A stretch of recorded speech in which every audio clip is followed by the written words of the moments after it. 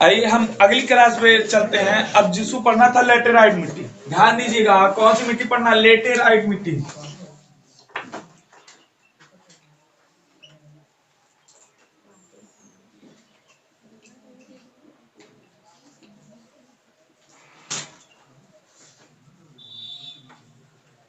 ध्यान दीजिएगा इन बातों को। पहली बात सर, जब मौसम पढ़ा रहे थे, मौसम में एक चीज आपको बताया था, लेटेराइट के बनने की प्रोसेस क्या होती है, निच्छालन प्रक्रिया होती है ना। मैंने कहा था सर इसको जो है निच्छालन प्रक्रिया होती है जिससे लेटेराइट मिट्टी तैयार होती है। मैंने कहा था यह मिट्टी जो है सह्याद्री के घाट, पूर्वी घाट, सह्याद्री का घाट मतलब पश्चिमी घाट, पूर्वी घाट, राजमहल की पहाड़ियां, ठीक है, सतपुड़ा, सतपुड़ा पर्वत श्रृंखला कहां पड़ता है, मध्य प्रदेश में। सतपुड़ा पर्वत श्रृंखला के पास असम में भी यह मिट्टी पाई जाती है, ऐसे क्षेत्रों पे यह मिट्टी पाई जाती है। लेकिन सर इस मिट्टी का निर्माण कैसे होता है, ध्यान से देखना। मैंने कहा था जैसे सपोज करो यह एक कोई जग ले लो या कुछ भी ले लो, बाल्टी ले लो, ठीक है, इसमें यहां कंकड़ भर दो, और आपको पता है सर कंकड़ को आप कितना भी सहेज के भरो फिर भी वो क्या बना के रखेगा, अपने अंदर स्पेस कुछ ना कुछ बना के रखेगा जरूर। ये बातें क्लियर है ना। और इसके ऊपर से आप मिट्टी भर लगा दो सर। इस प्रक्रिया के बाद जब समय के साथ बारिश होती है, ध्यान देना इस बात को, जब समय के साथ बारिश होती है तो यह मिट्टियां धीरे धीरे कंकड़ों के बीच में क्या होती हैं, जमने लगती हैं। या मिट्टियां धीरे धीरे कंकड़ों के बीच में जमने लगती हैं और इन मिट्टियों की इस कंकड़ों से मिलकर पकड़ क्या हो जाती है, मजबूत हो जाती है। ध्यान सुनना, इस मिट्टियों की पकड़ इस कंकड़ों के बीच में घुसने से इस मिट्टियों की पकड़ क्या हो जाती है, मजबूत हो जाती है। अब दिमाग में बैठा लीजिए इस बात को कि सर ये पकड़ मजबूत होने के बाद ऐसे पौधे इसमें उगाए जाते हैं जो जड़ जिसके क्या होती हैं, कमजोर होती हैं, या मैं कह दूं जिसके जड़ एकदम ऊपर ही रहती है। सर ऊपर जड़ रहने से उन कंकड़ों के दबाव से वह पौधा उखड़ता और गिरता नहीं है। जैसे इस मिट्टी में सर खेती किसकी होती है, आप कह दो मसालों की खेती होती है सर, चाय वाय की, कॉफी ओफी की खेती हो जाती, कहवा वहा जो कहलाता है। बात समझ में आई ना। इस मिट्टी में सर नारियल जैसे पेड़ भी उग जाते हैं।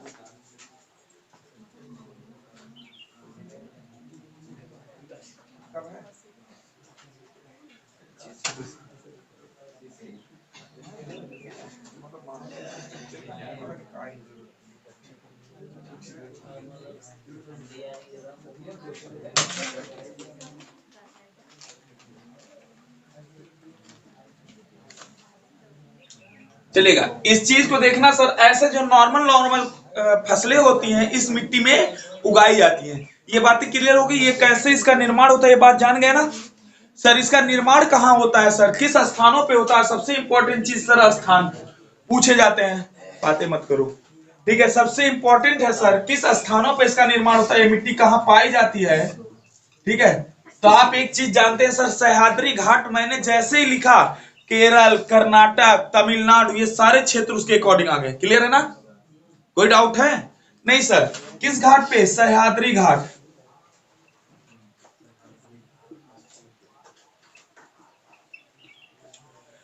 सर ये सह्याद्री घाट कौन सा है बता दे तो ज्यादा मजा आएगा।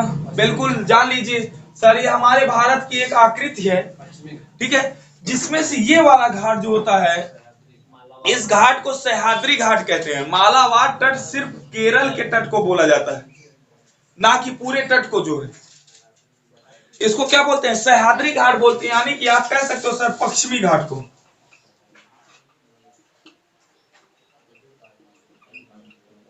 सर यह घाट जो होता है हॉट स्पॉट वाला घाट होता है, ये भी दिमाग में बैठा ना, हॉट स्पॉट,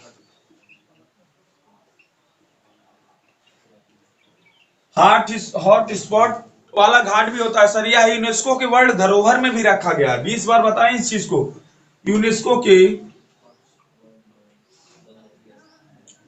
वर्ल्ड धरोहर में रखा गया सर 2012 में।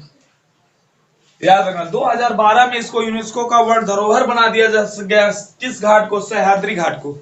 सबसे ज्यादा जैव विविधता वाला सर कोई घाट है तो सह्याद्री है, सबसे ज्यादा जैव विविधता।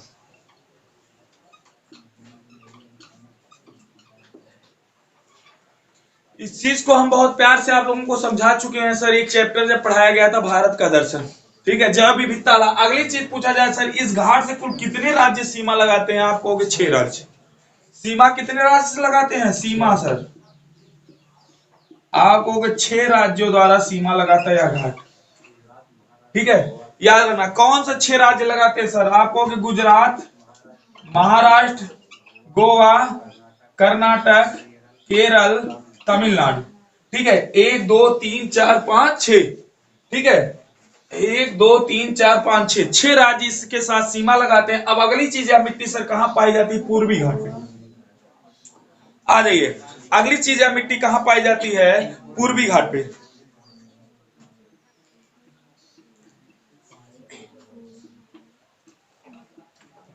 पूछा जाएगा पूर्वी घाट से कुल कितने राज्य सीमा लगाते हैं? आप कहोगे 4 राज्य।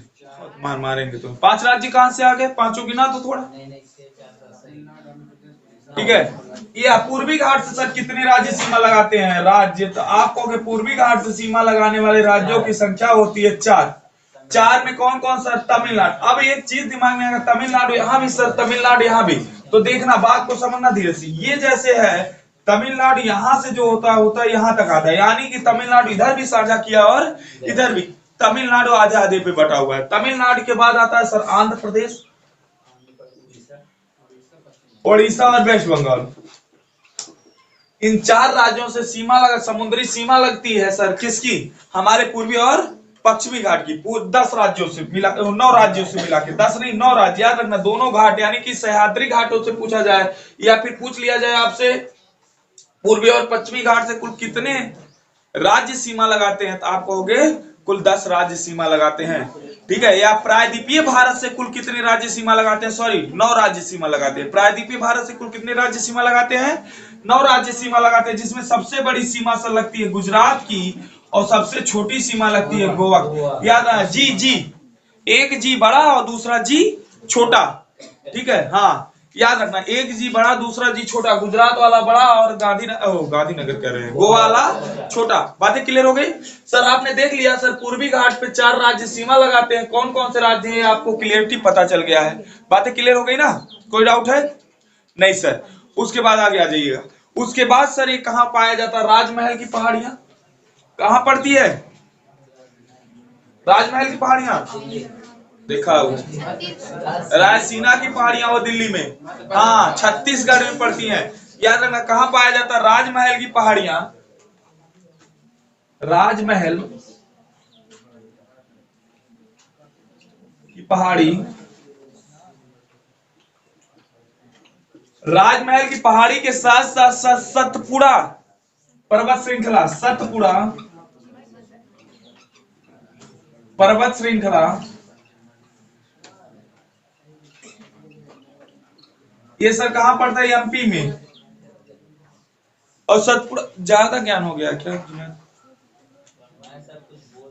परीक्षा में यही गलती होती है, बहुत बड़ी बात नहीं है। क्लास में लगता है कि सर आ रहा है, फिर भी सुनना क्या है। जब पेपर में आता ना तो सारा आवा आवा आवा पानी फिर जाता है। नोट कर लेना इस बात को, रियलिटी बता रहे हैं हम। यही लापरवाही सर, अमिताभ बच्चन का एक ऐड देखे नहीं, देखा आपने लापरवाही का नतीजा। वही हाल ना हो, ईमानदारी से पढ़ लो, अभी बहुत समय बाकी है। सतपुड़ा पर्वत श्रृंखला की सबसे ऊंची चोटी का नाम बताओ। धूपगढ़। हम लोग पूछे धूपगढ़, धूपगढ़। और सतपुड़ा की अगर धूपगढ़ है तो अरावली की क्या है? गुरु शिखर।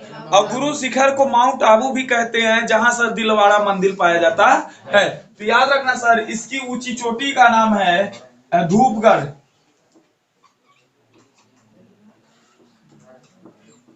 क्या नाम है? धूपगढ़। और ये कहां पाई जाती है? एमपी में। दिमाग बैठाना, ये कहां पाया जाता है सर? मध्य प्रदेश में पाया जाता है। बातें क्लियर हुई? कहां पाया जाता है? मध्य प्रदेश में चार पाया जाता है। एक चीज सर, एक पहाड़ियों पे आप बहुत ज्यादा घूमने में इंटरेस्टेड रहते हैं, विंध्याचल की पहाड़ी सुने हो ना? ये कहां पड़ती है? बिल्कुल मध्य प्रदेश में। कहां पड़ती है? विंध्याचल की पहाड़ी।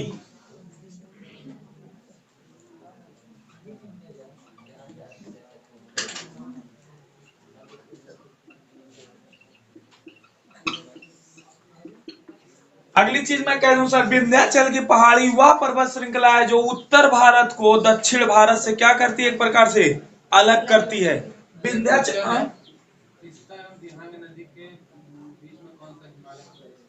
कहाँ तीस्ता और दिहांग कौन सी? तीस्ता नीचे से बहती है और दिहांग इस क्या ऑप्शन को दिया है? हिमालय नेपाल नेपाल हिमालय पंजाब। सर ये देखिए दिहांग जो यहाँ नेपाल के इस साइड है और तीस्ता जो है सिक्किम के बगल है। सिक्किम के बगल, हाँ। ऑप्शन में दिया तीस्ता देखो हमने कहा था किसकी सहायक नदी है, पहले ही बताओ। असम गलत है। नहीं असम वाला पूर्ण रूप से सत्य है, सुनो मेरी बात, सही बोल रहा है। और ब्रह्मपुत्र के मध्य में कौन कौन सी नदी दिया है? दिहांग नदी, सुनो, हाँ अरुणाचल वाली वो सत्य है, बहुत बार मारेंगे। असम पर्वत श्रृंखला पाई जाती है। नेपाल कहा? नेपाल तो एकदम बेचारा यहाँ चला आया। सही है, सही। ठीक है, कौन पाएगा? असम। याद करो दोनों ब्रह्मपुत्र के पास आती हैं, मिलती हैं। ब्रह्मपुत्र एक नाम बिल्कुल, दोनों ब्रह्मपुत्र के पास मिलती हैं, याद करो इस बात को। ब्रह्मपुत्र नीचे आके किस नाम से जानी जाती है? ध्यान से देखना इस बात को। मैंने कहा सर असम कहाँ के चला गया जी, चल क्यों नहीं रहा? असम में ब्रह्मपुत्र घुसी, वैसे तो टॉपिक है नहीं, लेकिन ठीक है छेड़ दिया बीच में, पता नहीं कहां से लाके, तो देख लो थोड़ी टाइम। मैं कुल कहां छिड़ा दे, टॉपिक है तुम्हारे रिलेटेड है। अब थोड़ा सा बताएंगे नहीं इसके बारे में तो क्या मतलब है पढ़ने का। हाँ मेरी बात सुना, मैंने कहा ये देखिए ब्रह्मपुत्र आई, असम में ब्रह्मपुत्र के नाम से जानी गई, ठीक है। इसके ऊपर जैसे ही एंट्री मारी अरुणाचल में, ये दिहांग के नाम से जानी गई, ठीक है। और यहां से आके तीस्ता ऐसे मिलती, इसके बीच में सर ये कौन पढ़ रहा है? असम हिमालय पर्वत। असम पूरा पढ़ रहा है ना, तो कौन सा आएगा? असम। ये आपको पढ़ाया गया, अगर इस बात को आप क्लियरिटी जान जाएंगे, जब हमने चित्र बनाया था तो सर उसमें आपको कंफ्यूजन होनी ही नहीं चाहिए, और बाकी सब चीजें अलग अलग दिया है। बात समझ में आई ना? हाँ तो चलना, बात को देखना ध्यान से। अब जो तुम कह रहे हो विकास की, मतलब अलग टॉपिक हो गई, अलग टॉपिक नहीं है, रिलेट करवा दे रहे हैं हम, ठीक है। और थोड़ा सा रिलेट कर लोगे आपको ही फायदा देगा, मुझे नहीं, ठीक है। विंध्य पर्वत श्रृंखला क्या करता है सर? उत्तरी भारत को दक्षिण भारत से अलग करता है, जोड़ता नहीं, अलग करता है, ठीक है। इतना दिमाग बैठा ना, उत्तर भारत को दक्षिण भारत से अलग करने वाली पर्वत श्रृंखला कौन सी है? विंध्य पर्वत श्रृंखला। इसके अलावा सर असम और मेघालय, ठीक है। हाँ इतने राज्यों में सर यह मिट्टी पाई जाती है, याद रखना। लेकिन इस मिट्टी का अधिक रूप जो होता है ये सर कहाँ होता है? सह्याद्री घाट पे। अक्सर यह मिट्टी केरल, कर्नाटक, ठीक है, ऐसे राज्यों में ज्यादातर पाई जाती है, खासकर केरला और कर्नाटका में, ठीक है। यहाँ तो सिर्फ नाम मात्र की होती है, थोड़ी थोड़ी, बहुत ज्यादा नहीं। सबसे इंपॉर्टेंट सर कौन सा घाट है? सह्याद्री घाट है, दिमाग बैठाना। सबसे इंपॉर्टेंट कौन सा घाट है? सह्याद्री घाट है। इसका स्वरूप जो होता है जैसे ईंट जैसा होता है, दिमाग बैठाना। स्वरूप कैसा होता है इसका? ईंट जैसा। अब आपसे अभी हमने बताया कि सर इसका निर्माण जो होता है छोटे छोटे कंकड़ों के बीच जाके उत्पन्न होता है, तो स्वरूप स्वाभाविक सी बात है ईंट जैसा लेगा, दिमाग बैठाना। स्वाभाविक सी बात है, स्वरूप कैसा लेगा? ईंट जैसा लेगा, ठीक है। क्यों सर ईंट जैसा होता है? यह भीग जाती है जब मिट्टी सर, यह कोमल मिट्टी हो जाती है, भीगने के बाद कैसी हो जाती है? कोमल हो जाती है, लेकिन जैसे सूखती है सर ईंट की तरह कठोर हो जाती है, ठीक है। इसलिए कहा जाता है इसका स्वरूप कैसा होता है? ईंट जैसा होता है। इसका स्वरूप ईंट के समान होता है, ईंट के समान होता है।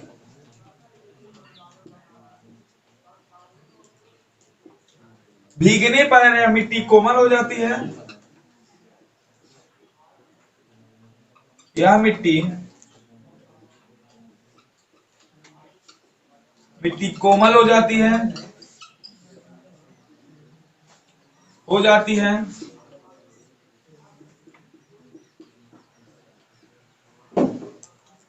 तथा सूखने के बाद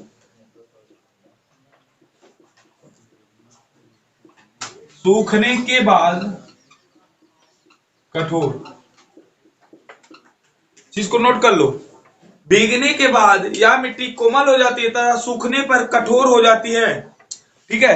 इसलिए यह मिट्टी कठोर होने के साथ साथ डालीदार भी हो जाती है, इसलिए कभी कभी इसको डालीदार मिट्टी भी कह देते हैं। याद रखना, सूखने के साथ साथ या कठोर या डालीदार।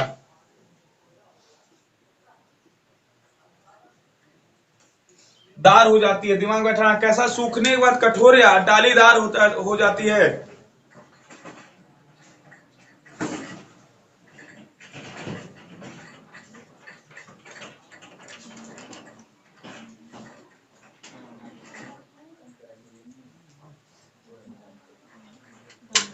सर एक इसमें पदार्थ पाया जाता है सिलिकॉन, नाम याद रखना, कौन सा पदार्थ पाया जाता है, एक पदार्थ पाया जाता है सिलिकॉन।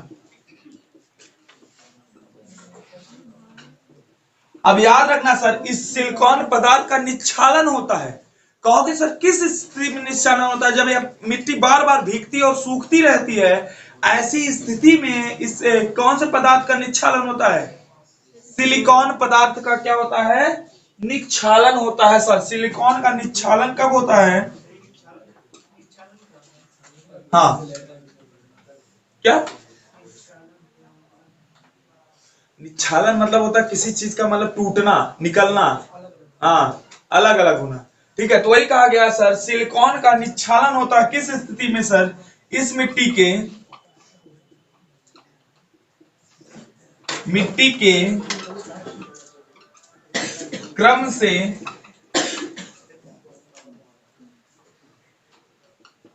सूखने व भीगने पर। याद रखना, इस मिट्टी के क्रम से सूखने और भीगने पर सर क्या हो जाता है, निच्छालन हो जाता है। सर किसका निच्छालन होता है, सिलिकॉन का। याद रखना किसका निच्छालन होता है, सिलिकॉन का। तो यहां आप कह सकते हो सिलिका में पदार्थ भी इस मिट्टी में पाए जाते हैं। कौन से पदार्थ पाए जाते हैं, सिलिका में पदार्थ भी इस मिट्टी में पाए जाते हैं। कौन सी मिट्टी में, लैटेराइट मिट्टी में। इसकी सर अधिकता कहां पाई जाती है, आप सब कुछ भूल जाइएगा लेकिन ये चीज मत भूलिएगा, सह्याद्री घाट। कहां पाई जाती है, सह्याद्री घाट पे पाई जाती है। क्या सर, इसकी अधिकता केरल कर्नाटक में खासकर बहुत अधिक पाई जाती है। कौन सी मिट्टी, लैटेराइट मिट्टी। याद रखना कौन सी मिट्टी, लैटेराइट। उस तरह तो देखेंगे विंध्याचल पहाड़ी, सतपुड़ा पहाड़ी, राजमहल की पहाड़ियां सर, असम, मेघालय, पूर्वी घाट, ये सारे स्थानों पे पाई जाती है। लेकिन इसकी अधिकता जो पाई जाती है सह्याद्री घाटों पे पाई जाती है। इसका स्वरूप सर कैसा होता है, ईंट के समान होता है। भीगने पर यह कोमल हो जाती है लेकिन सूखने पर यह ईंट के जैसा कठोर हो जाती है, डालीदार हो जाती है। देखा जाए सर, इस मिट्टी के क्रम से सूखने या भीगने की प्रक्रिया में क्या होता है, कहोगे सिलिकॉन का निच्छालन होता है। क्या होता है, सिलिकॉन या सिलिका में पदार्थों का क्या होता है, निच्छालन होता है। सर इसका रंग जो होता है, सबसे इंपॉर्टेंट सर एक बार पूछा गया कि लाल मिट्टी के अलावा और किस मिट्टी का रंग लाल होता है। आप कहोगे लैटेराइट मिट्टी का रंग लाल होता है। तो यही पूछा जाएगा इसका रंग सर कैसा होता है, रंग इसका होता है लाल।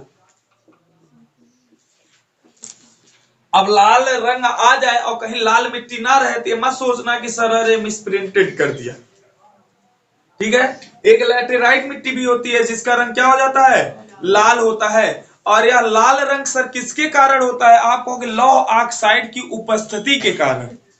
इसका लाल रंग सर क्यों होता है, कारण क्या है इसका, लौह ऑक्साइड के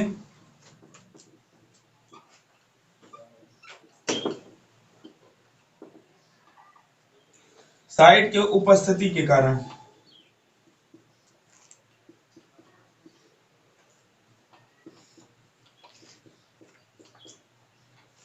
लौह ऑक्साइड के उपस्थिति के कारण सर लैटेराइट मिट्टी का रंग कैसा होता है, लाल होता है। लैटेराइट मिट्टी का रंग लाल होता है। और सर लौह ऑक्साइड ही नहीं इसमें होती है, इसमें देखा जाए लौह ऑक्साइड के साथ साथ एल्युमिनियम की भी अधिकता पाई जाती है। याद रखना लौह ऑक्साइड के साथ साथ किसकी, एल्युमिनियम की भी अधिकता पाई जाती है। एल्यूमिनियम,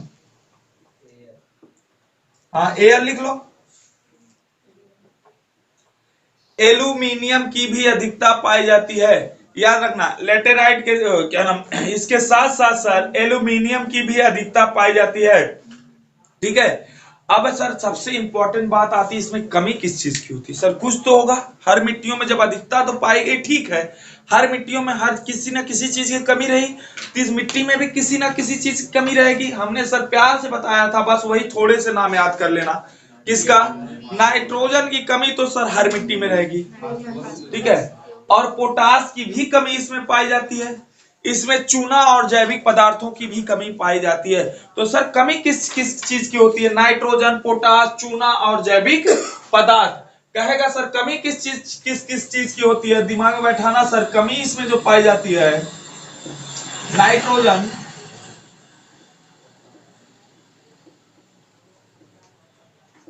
पोटास, चूना, जैविक पदार्थ।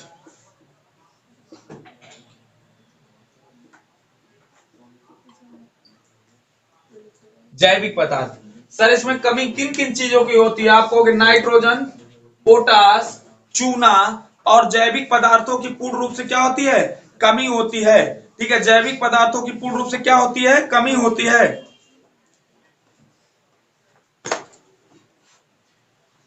ठीक है। लेकिन सर एक खासियत और इसमें होती है। कौन सी खासियत सर? ये कम उर्वरकता वाली मिट्टी होती है, लेकिन हमें इसमें चाय, कहवा, ठीक है, मसाला, ये सब उत्पादन करना है, तो उर्वरकता सर क्या करना पड़ेगा? बढ़ाना पड़ेगा।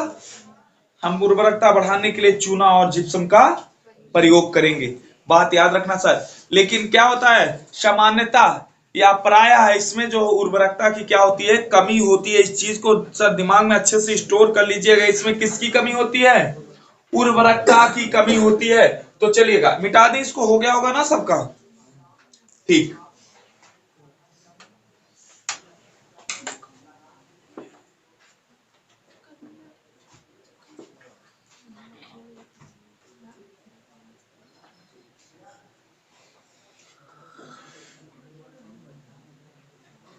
भारत एक ऐसा देश है सर, यहाँ ऐसी कोई चीज नहीं है जो बेच ना ली जाए।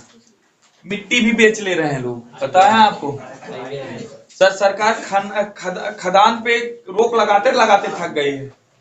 दीना पुलिस वो दौड़ेगा, रतिया हम बेच लेंगे, लेकिन बेच लेंगे सर। और पुलिस आजकल पैसा थाने में ऑलरेडी पहला पैसा पहुंचा दिए, काम सर चंगा। अच्छा एक चीज बताओ, घूस लेने वाला गुनहगार है या घूस देने वाला?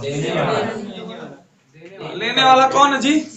लेने वाला कौन कह रहा गुनहगार नहीं? ये सत्य है कि लेने वाला गुनहगार है, लेकिन उससे बड़ा गुनहगार है देने वाला। अगर हम देना तो ले कहां से? जबरदस्ती? जबरदस्ती तो अच्छा, वो लेबे ना करे तो हम दे कहां? हाँ ये बात सत्य है सर, वो लेबे ना करे तो हम दे कहां? अरे भैया आप देंगे तवे लेगा। अब हमके रोज चाय पिलावत हैं, अब बिहान से न पिलाई हैं तो दुख होई ना हुई होई ना। तो रोज डेली आप उसको पैसा दे रहे हैं, आज नहीं देंगे कल आपको लथेरेगा ही। का घबरा है? 3-4 केस जो ना किया वो तो ऊपर मुकदमा लागी। हाँ खराब की है, हाँ गाना तो वही करेगा, उसमें कोई डाउट नहीं है, ठीक है।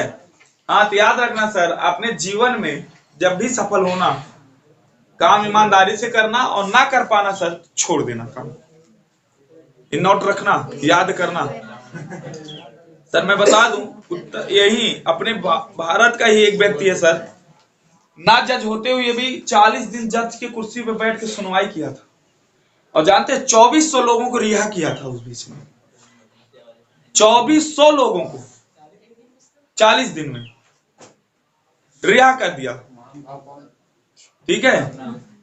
और वो चोर था सर, वो उसको पैसा कमाने की लत लगी। हम बताएं तो पहले ये 1966 की बात है समथिंग। आप बताएं उसने पोस्ट, ये जहां आरटीओ ऑफिस नहीं होती है, देखियो जहां ड्राइविंग लाइसेंस बनता है, उस ड्राइविंग लाइसेंस के चक्कर काटने शुरू किए, तो उसने एक चीज पाई कि सर लोग आते हैं, लौट के घर जाते हैं, लेकिन कुछ लोग दलाल होते हैं, पैसा लेके काम कर देते, फर्जी कागज वगैरह बन जाता है। वहां से उसने फर्जी कागज बनाना सीख लिया, और सर उसके बाद फर्जी कागज बना बना के वहां से पैसा कमाना शुरू किया ड्राइविंग लाइसेंस से।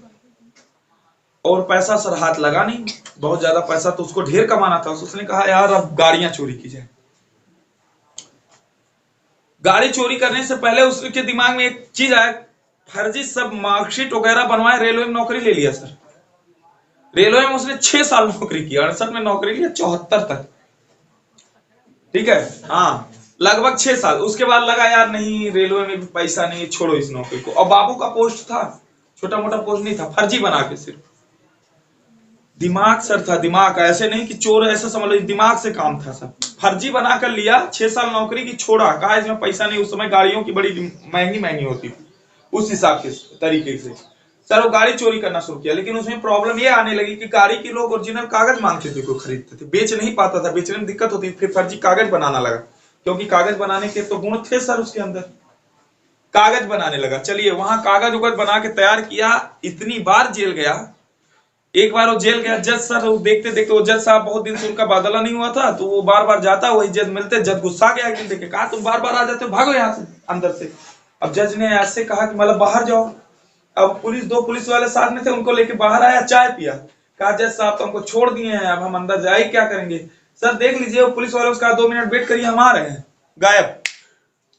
और जब वहां बुलाया गया कि इसका नाम लेके कि एंट्री हो, तो पुलिस वालों की हालत खराब, कहाँ गया वो, खोज रहे हैं। आके बताया सर उन लोगों ने कि ऐसे चूतिया बना के भाग गया। जज भी मुस्कुरा दिए, कहे मतलब सुधरेगी नहीं ये प्रशासन, ठीक है, समय के साथ। लेकिन फिर पकड़ा गया कुछ दिनों बाद, फिर सजा भी हुई, अभी भी जिंदा है, मरा नहीं है, डोंट वरी वो इंसान, ठीक है। लेकिन आखिरी बार जब उसको सजा हुई थी तो 77 साल का था, 3 साल की जेल थी, 80 साल में इसको छोड़ा गया, तब से उसका पता नहीं वो है कहाँ। और कहते हैं सर, एक न्यूज उसने पढ़ा पेपर में, सबसे बड़ी खासियत जिसके लिए उसको सबसे ज्यादा दिमागदार चोर कहा, एक न्यूज देखा, न्यूज में ये था कि यही बंगाल के या कहीं के जो गवर्नर थे नीचे वाले, ठीक है, लोअर कोर्ट के, उस गवर्नर पे जो है कुछ मैटर को लेके सुनवाई हो रही थी, कुछ गलत फैसला या कुछ ही प्रॉब्लम की। ये बात सुनी सर, उसने जो है वेस्ट बंगाल के प्रेसिडेंट हाई कोर्ट से एक लेटर लिख दिया, खुद से लेटर लिखा फर्जी, और सर वहां पोस्ट कर दिया। जब वो लेटर पहुंचा तो उनको कहा कि आप 2 महीने के लिए छुट्टी पे चले जाइए, ये हमारा आदेश है। तो जज साहब को लगा होगा सर ऊंचाई का आदेश है, हम कैसे ना माने आदेश को, छुट्टी पे चले गए। फिर दूसरा लेटर लिखा कि इनके कार्यकाल को करने के लिए एक नए जज की अपॉइंटमेंट होगी जो कल से अपने कार्यकाल को संभालेंगे। सर खुद जाके जज बन के बैठ गए, 40 दिन तक सुनवाई किया, 40 दिन तक कोई इंसान, और ये सच्ची घटना है, कोई कहानी मत समझना, क्राइम, हाँ 40 दिनों तक इसने सर एक रिपोर्ट बनाई, 40 दिनों तक सुनवाई किया, और 40 दिन में 2400 लोगों से ज्यादा लोगों की रिहाई की। कितने लोगों की रिहाई कैंसिल दी, कितने लोगों को जेल दिया, ठीक है। इसने वकालत भी पढ़ी थी बाद में चल के, तो वकील था, कितना उसको नॉलेज था कि हमें क्या करना है। कुछ फैसले बड़े अच्छे हुआ करते थे, लेकिन सर दिमाग में सबके ये चलने लगा कि जज इतना दयालु कहां से हो गया, 40 दिन में 2400 लोगों का फैसला कर दिए, इतने जल्दी जल्दी रिहा कर दिए। जब इसको लगा कि हमारा भंडाफोड़ हो जाएगा, गायब। तो सबका जज साहब नहीं आए, 1 दिन नहीं आए, 2 दिन नहीं आए, तीसरे दिन जब जांच पड़ताल पहुंची तो वहां पता चला कि यहाँ से कोई सर कागज इशू नहीं हुआ है इस चीज को लेकर। तब पता चला कि तीसरा कोई गेम खेल रहा था। फिर जज बुलाए गए, लेकिन इतना था कि सर ये जो खुश थे कि हमें रिहा कर दिया गया, सबकी रिहाई कैंसिल कर दी गई। क्यों कैंसिल कर दी गई? क्योंकि सर ये के प्रकार से सही फैसला नहीं था, क्योंकि फैसला उसने किया था जो जज था ही नहीं वास्तव में, ठीक है। तो ये सब चीज बहुत सारी सर ऐसे, भारत है ये, बहुत सारे चीज ऐसे होते रहते। उतने नहीं हुआ, बिहार में सर पूरा फर्जी थाना चल रहा था, बताए थे ना, डीएसपी जो था वहां का, और जब ओरिजिनल डीएसपी सामने आया और ये नकली डीएसपी देखा, यार ये अगर डीएसपी मैं कौन, तब वहां पता चला कि एक नहीं, सिर्फ डीएसपी नहीं घूम रहा था, पूरा थाना चल रहा था, वो लोग सुनवाई कर रहे थे सर, अच्छा खासा पैसा ले रहे थे लोगों से। ये बिहार और उत्तर प्रदेश है सर, यहाँ कुछ भी हो सकता है, ये इंडिया है। ईमानदारी से पढ़ लो, नहीं तो यहाँ सरकार आपको नौकरियों नहीं देगी। सही बता रहे हैं, जितने ईमानदारी से पढ़ोगे, क्योंकि आपको रियलिटी बताए, आप तो मस्ती करते हो ना, आप ही की तरह कोई लड़का कहीं बैठ कर जाके देख लीजिएगा सर, जो लक्ष्मीकांत की पॉलिटी की बुकें चाट रहा होगा पूर्व, ठीक है। क्यों? क्योंकि उसको सर्विस करनी था, अभी समय है, कर ले जाओ। 8 घंटा 9 घंटा अपने लाइफ में पढ़ाई के लिए दे सकते हो, कोचिंग को छोड़ के, ठीक है, उसमें कोई बहुत बड़ी बात नहीं है। कितने दिन कौन धक्का मारेगा, मम्मी पापा कितने दिन धक्का मारेंगे सर, इसलिए सतर्क हो जाओ, संभल जाओ, अभी समय है, ठीक है।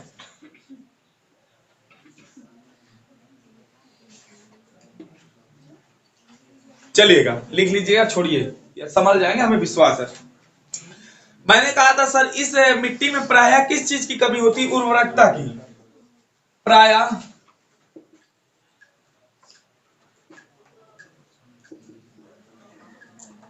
उर्वरकता की कमी होती है।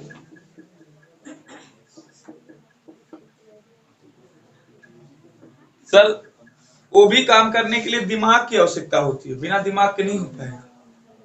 ठीक है, इतना दिमाग होना बहुत बड़ी बात है अपने आप में। उतने नहीं, नटवर लाल का नाम सुने हो? एल्फल टवरवे के बेच दिया था, जान लीजिए, जो धरोहर है सर। मीटिंग बुलाया एक बड़े होटल में और कहा इसकी नीलामी हो रही, इसमें जो रंगैया पुतैया करानी, कौन खरीदेगा? कबाड़ा भाव बिक रहा है सर। जिसको सबसे ज्यादा इंटरेस्टेड देखा उससे घुस ले लिया, कहा हम तुम्हारे नाम करवा देंगे सस्ते में। $50 बिलियन ऐसे कुछ उसने घुस दिया था।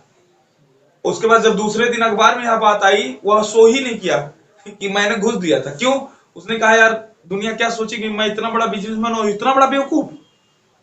जान लीजिए वहां दिमाग होता है, तो चोरों को ऐसे ना समझो कि उनके पास दिमाग नहीं होता है सर, वो बहुत ज्यादा दिमाग रखते हैं। ठीक है, एक आईएएस की तरह दिमाग रखने वाले होते हैं, इसीलिए तो एक आईएएस को चोरों के पीछे पकड़ने के लिए इतनी मशक्कत करनी पड़ती है। चलेगा, इसमें उर्वरकता बढ़ाकर, हाँ, तो जब एक बार पकड़ लेता है ना तो फिर उसके बाद मजा भी आता है आईएएस को, कहता है लाल अठिया लाओ, मटकिया लीला ना, बहुत दौड़ाया है। ठीक है, और ऐसा ऐसा जगह मारेगा कुछ दो बैठ नहीं पाओगे और डोल भी नहीं पाओगे। ठीक है, पेन मारक चलक और बताओ इसमें उर्वरकता को बढ़ाकर, हाँ, सीआरपीसी के तहत पेश होना। हाँ, उर्वरकता को बढ़ाकर सर आप जानते हैं खेती किन किन चीजों की जाती है? चाय,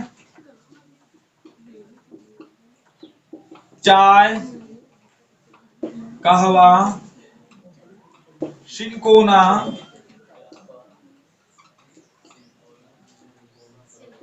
काजू, मसाला,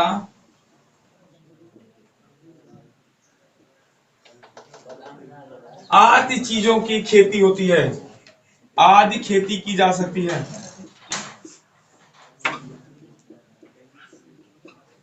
जा सकती है। आज आदि चीजों की खेती की जा सकती है, दिमाग बैठाना, आदि चीजों की खेती की जा सकती है। अगली हेडिंग डालो सर, लैटेराइट मृदा हो गया ना। अब ये मुख्यतः 4 मृदा पढ़ चुके हैं, अब पर्वतीय, दलदली, पीठ मृदा, ये सब पढ़ना है हमें। ठीक है, लेकिन थोड़ा सा बता दो, अब क्लियर हो गया ना? चारों मुख्यतः जो 4 थी, 4 मृदाओं में कुछ बचा नहीं सर, क्लियर हो गया है। अब ये 4 मुख्यतः 4 मृदा जो पाई गई, विकास बता रहा है चारों का नाम। जलोढ़ मृदा, काली मृदा, लाल मृदा का। आप बोल नहीं रहा है स्पीड से, फिर से बोला। जलोढ़ मृदा, जलोढ़, काली, लाल, लैटेराइट। Very good. भारत में सबसे ज्यादा पाई जाने वाली मृदा कौन सी है? जलोढ़ मृदा। कितने टाइप्स होते हैं इसके? टाइप्स पूछ रहे हैं हम, 2। कौन कौन से?